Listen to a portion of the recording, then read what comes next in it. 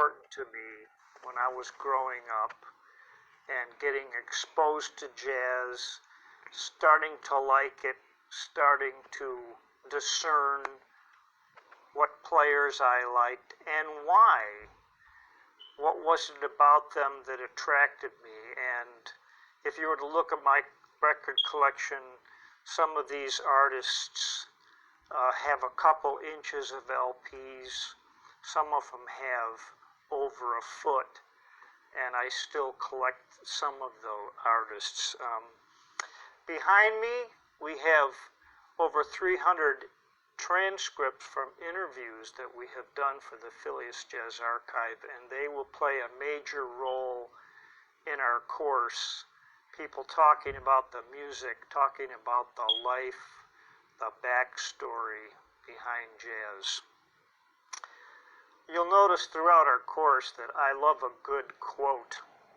Yesterday I found a really good one. It came, oddly enough, from a German mathematician from 1700, Gottfried Wilhelm von Leibniz.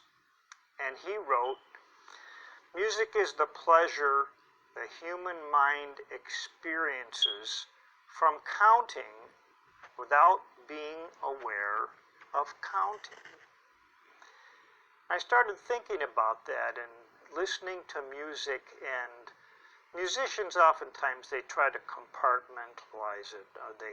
They hear the time signature, they may hear the key.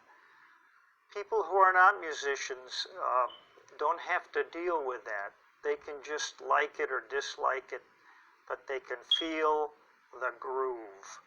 And Wilhelm von Leibniz probably did not have groove in his vocabulary, but I think that's what he was getting at.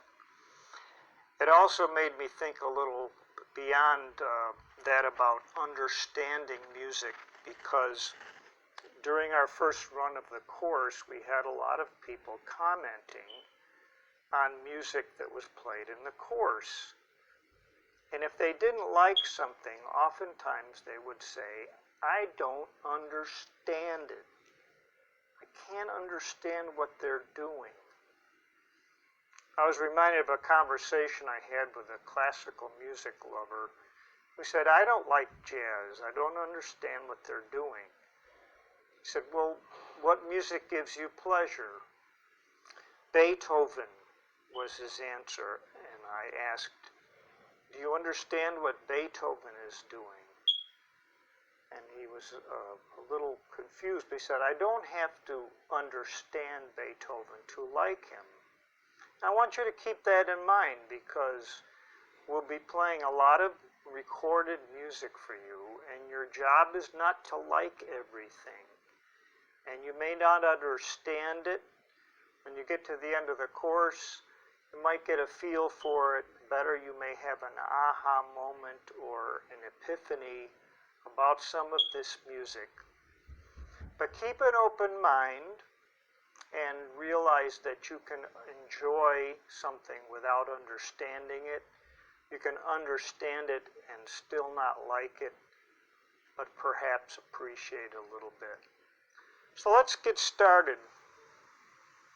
A band leader, if he had a group in front of him, will get their attention if they wanted to improvise something.